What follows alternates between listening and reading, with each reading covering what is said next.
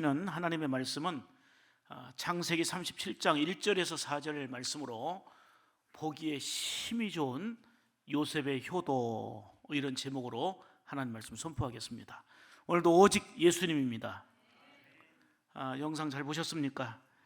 어머니, 그 이름은 따뜻한 사랑 그리고 감동의 이름입니다. 아버지, 든든한 감사의 이름입니다. 아직도 코로나는 최근 그 연휴에 확진자가 나오게 되면서 초미의 관심이 이어지고 있습니다. 국민 66%를 움직인 총선 때도 무사히 잘 넘어갔는데 6일 연휴에 47명이 급증하게 되면서 그것도 젊은이들을 파고든 감염이라는 것 때문에 많이 걱정들을 하고 있습니다. 두려운 것은 방심이요 망각입니다. 이러한 때에 우리 그리스도인들이 더 주의하며 질서를 지키며 또한 협조를 적극적으로 해야 할 것입니다. 이제 가정의 달, 오늘 둘째 주일 어버이 주일을 맞이해서 여러분들에게 말씀드리고자 하는 것은 바로 이것입니다. 보기에 심히 좋은 요셉의 효도, 이런 주제로 말씀드리는데, 여러분, 가정은 행복해야 된다는 것은 대전제입니다. 행복해야 된다고 선언하면 되는 게 아니기 때문에 행복을 위해서는 가정에서 각자의 역할들을 잘 감당해야 됩니다. 부모는 자녀들에게 본이 되는 축복의 통로가 되는 삶으로 그런 역할을 힘들지만 감당해야 됩니다. 부부는 서로를 존중하고 사랑하면서 이렇게 사는 것이 행복이다라고 하는 것을 삶으로 자녀들에게 보여줘야 합니다. 자녀들은 부모님에 대한 감사한 마음으로 살면서 축복된 삶을 살아내야 합니다. 부모님들은 자녀들이 잘 되는 삶을 기뻐하며 최고의 행복으로 여기고 계시기 때문입니다. 안타까운 것은 참으로 많은 가정들이 갈등과 고민의 몸부림 속에 몸살을 앓고 있습니다. 사랑하는 샘물 가족 여러분들은 하나님을 잘 경외하면서 서로 사랑하고 또 존중하는 축복된 가정을 이루어 가기를 주님의 이름으로 축복합니다. 특히 어버이 주일을 맞이해서 사랑하는 부모님들이 자녀들로 인하여서 걱정하고 근심하는 일이 없고 기쁨과 감사로 가득한 은혜로 풍성하기를 원합니다. 오늘 본문은 보기에 심히 좋은 요셉의 효도를 잘 보여주고 있습니다. 하나님은 인간을 창조하신 후에 보시기에 심히 좋았다고 말씀하셨잖아요. 감탄하시며 기뻐하신 게 바로 인간입니다. 이렇게 하나님을 잘 섬기며 부모님께 효도하는 요셉 역시 보기에 심히 아름다운 모습입니다. 요셉은 어릴 때부터 하나님을 잘 섬겼습니다. 그리고 부모님의 총애를 받았습니다. 그가 비록 형제들의 미움을 받아서 이웃나라로 팔려가는 어려운 상황을 만났지만 흔들리지 않는 믿음으로 일어났고요. 이후에는 역경을 극복하고 애굽에서 총리까지 되었습니다. 이렇게 요셉이 잘 된 것은 첫째로 하나님이 함께 하셨기 때문이고요. 또한 거기에는 보기에 심히 좋은 효도의 아름다운 모습도 한몫을 했습니다. 왜냐하면 부모에 대한 효도는 마땅한 일이고 당연한 일이지만 성경에는 뭐라고 약속되어 있냐면 이 마땅한 건데도 불구하고 부모에게 효도를 했을 때에 이와 같은 복이 있다라고 복을 약속하고 있거든요. 출애굽기 20장 12절 말씀 보면 내 부모를 공경하라. 그리하면, 이 말은 공경하면 그 얘기죠. 내 하나님 여호와가 내게 준 땅에서 내 생명이 길리라 말씀하셨고요. 신명기 5장 16절 말씀에도 너는 너의 하나님 여호와의 명한 대로 내 부모를 공경하라. 그리하면, 이 말 역시 공경하면 그 얘기죠. 너의 하나님 여호와가 내게 준 땅에서 내 생명이 길고 복을 누리리라. 이처럼 성경 곳곳에는 부모를 섬기고 효도하는 것이 마땅한 일인데도 불구하고 이를 귀히 여기사 놀라운 복을 약속하고 있단 말입니다. 가정의 달, 특히 어버이 주일을 맞이한 오늘은 본문을 통해서 효도의 관점에서 요셉의 삶을 조명해 보면서 보기에 심이 좋은 요셉의 효도라고 하는 이런 제목으로 말씀드리려고 합니다. 첫째로 보기에 심이 좋은 요셉의 효도는 아버지의 마음에 기쁨이 되는 거였습니다. 오늘 본문 3절을 보겠습니다. 요셉은 노년에 얻은 아들이므로 이스라엘이 여러 아들들보다 그를 더 사랑하므로 그를 위하여 채색 옷을 지었더니, 이렇게 말씀합니다. 우선 요셉은 아버지에게 기쁨이었습니다. 아버지 마음속에 아들 요셉을 생각하면 기쁨이 있었습니다. 아버지의 사랑의 마음이 요셉에게 가득했습니다. 노년에 얻은 아들로서 보기만 해도 아버지 마음에는 기쁨이었다, 그 말이에요. 여러분, 최고의 효도는 아버지에게, 어머니에게 기쁨이 되는 것입니다. 아무리 자녀들이 공부를 잘하고 모든 일에 탁월해도 부모의 마음에 근심되는 일, 걱정되는 일이 있다면 효도는 그만두고 결코 보기 아름다운 일은 아닐 것입니다.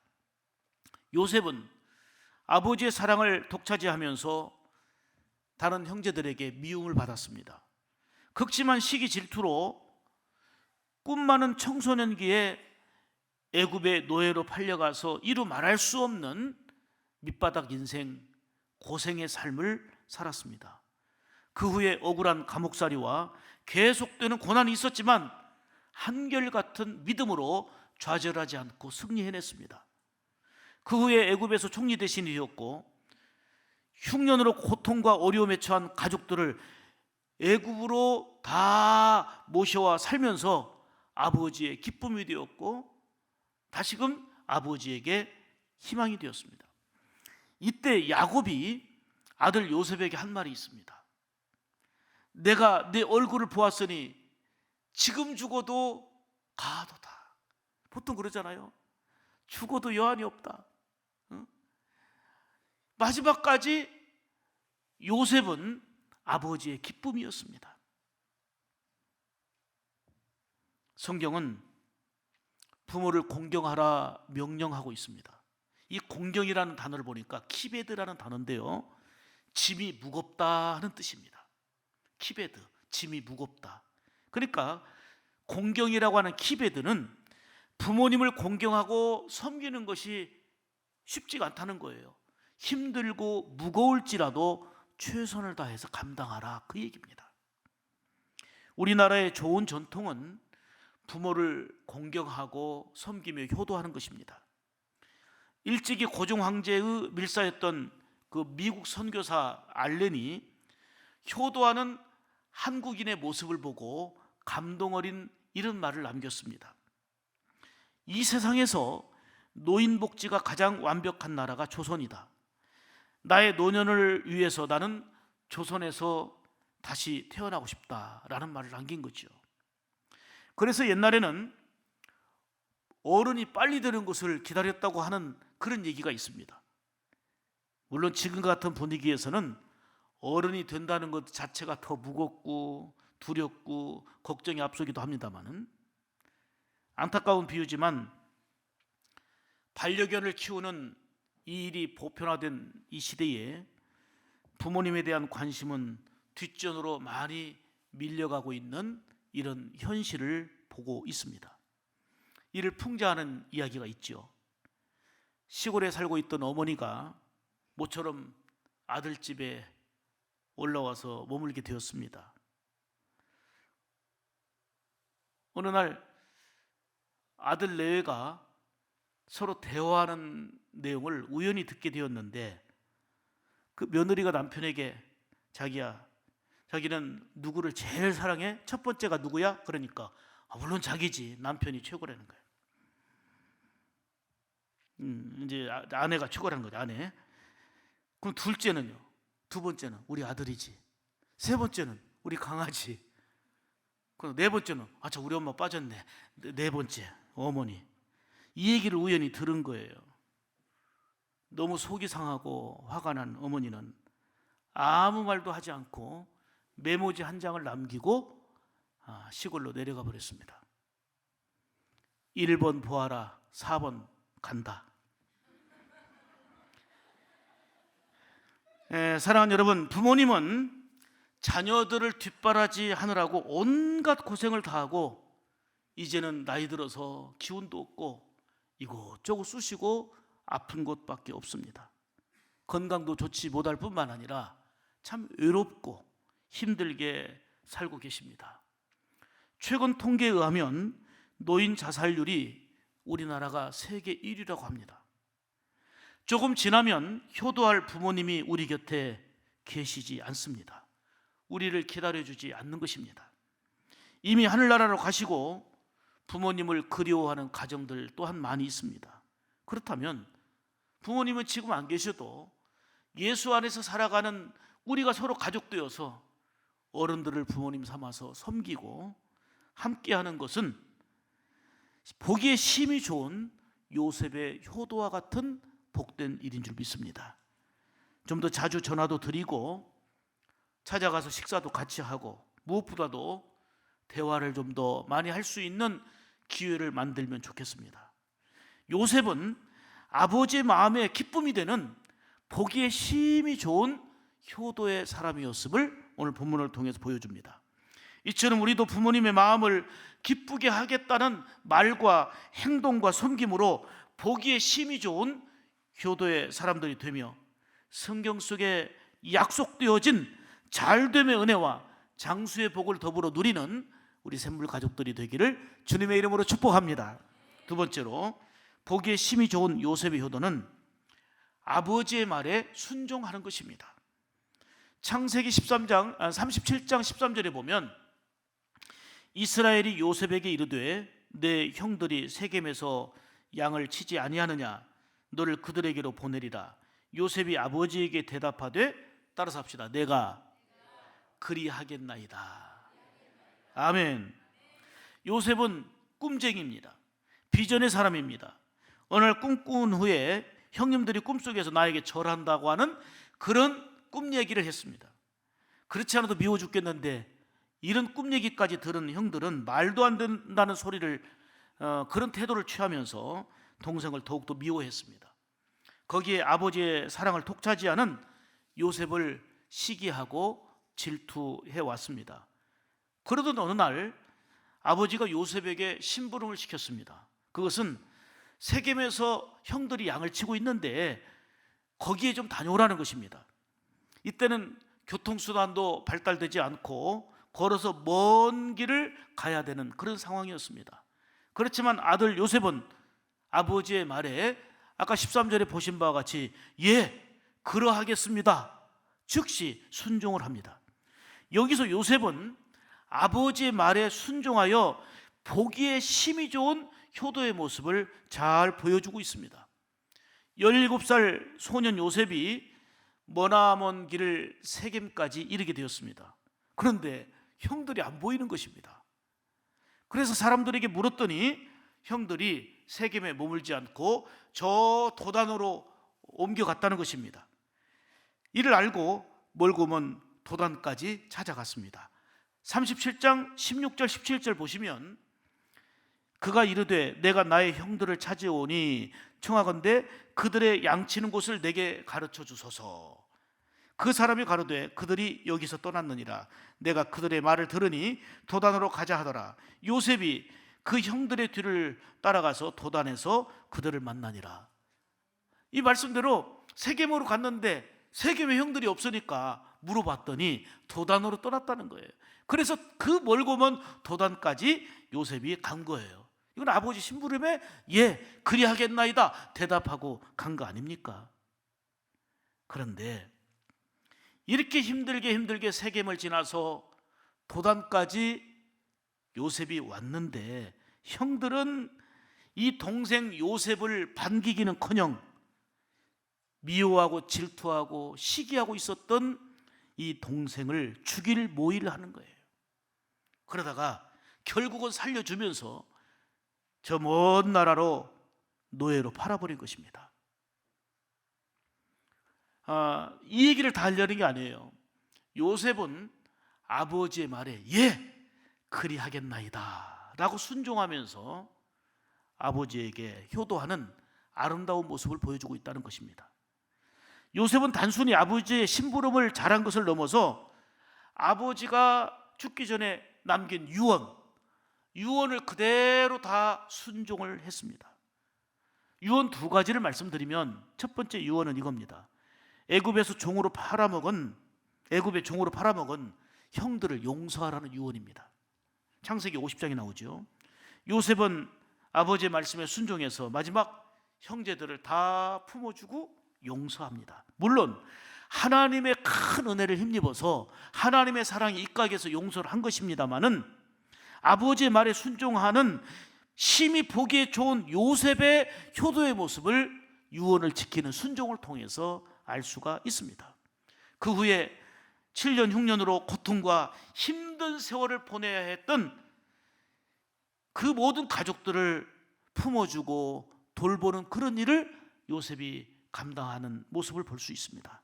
또 유언 또 한 가지는 아버지 야곱이 유언한 내용이 창세기 50장 5절에 나오는데요. 내가 죽거든 가나안 땅에 가서 우리 조상들과 함께 장사를 지내달라. 내가 죽거든 여기에 장사 지내지 말고 저 가나안 땅으로 가서 장사 지내달라는 유언이었습니다. 요셉은 아버지가 돌아가시자 애굽에서 7일 동안 장례를 치른 다음에 멀고 먼 가나안까지 가서 아버지 유언대로 막벨라 굴에 장사 지냅니다.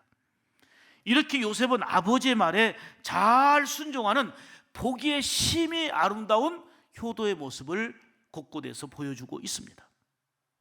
에베소서 6장 1절에 말씀하지요. 자녀들아 너희 부모를 순종하라. 이것이 옳으니라. 이렇게 말씀합니다. 여러분, 효도의 첫걸음은 부모의 말에 순종하는 것입니다. 순종의 가장 큰 모델이 누구십니까? 예수님이시거든요.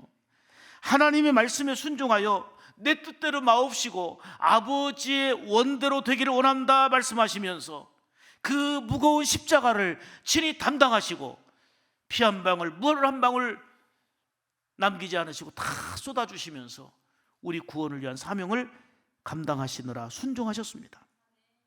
누가복음 2장 51절에도 보면 예수께서 함께 내려가사 나사렛에 이르러 순종하시더라 하는 육신의 아버지에게도 순종하는 모습이 나타난 그런 내용입니다. 전주에도 효자동이 있습니다만은 서울 등 곳곳에 그 동 이름 중에 효자동이 있습니다. 효자동에 관한 이런 유래가 있죠. 한 마을에서 아들 부부가 홀로 된 아버지를 모시고 살았습니다. 근데 아버지는 혼자 계시면서 꼭 손주를 끌어안고 손주와 함께 잠자는 거, 이게 행복이셨거든요. 그래서 항상 손주는 할아버지 방에서 잠을 같이 자게 됐습니다. 어느 날이었는데 잠을 주무시던 할아버지의 그 발이 어린 손주의 목을 눌렀어요. 그래가지고 잠자던 중에 이 손주가 숨을 쉬지 못하고 죽게 된 거예요. 아침에 아들이 물안 인사를 드리러 방에 들어갔더니 아들이 죽어 있는 거예요. 정말 기가 막힌 일이었습니다. 그 아들은 그 어린 아기를 안고 조용히 나와서 이 불효막심한 놈아, 네가 죽었으니 할아버지 마음이 얼마나 아프겠느냐. 앞으로 할아버지는 누구랑 주무신단 말이냐. 너 때문에 나는 불효자가 되었다 하면서 한없이 웁니다. 그리고는 죽은 어린 아이의 뺨을 심하게 때립니다. 근데 이에 깜짝 놀란 어린 아들이 살아나 버렸어요. 이 감동 어린 효자의 이야기를 들은 임금이 큰 상을 베풀면서 이 효자가 사는 동네를 효자동이라 해라 해갖고 효자동이 됐대요. 효자동에 사시는 분 손 들어보세요. 자부심을 가지세요. 자부심을 가지세요. 그리고 반드시 요셉처럼 보기에 심이 좋은 효도의 사람들이 되시기를 주의 이름으로 축복합니다.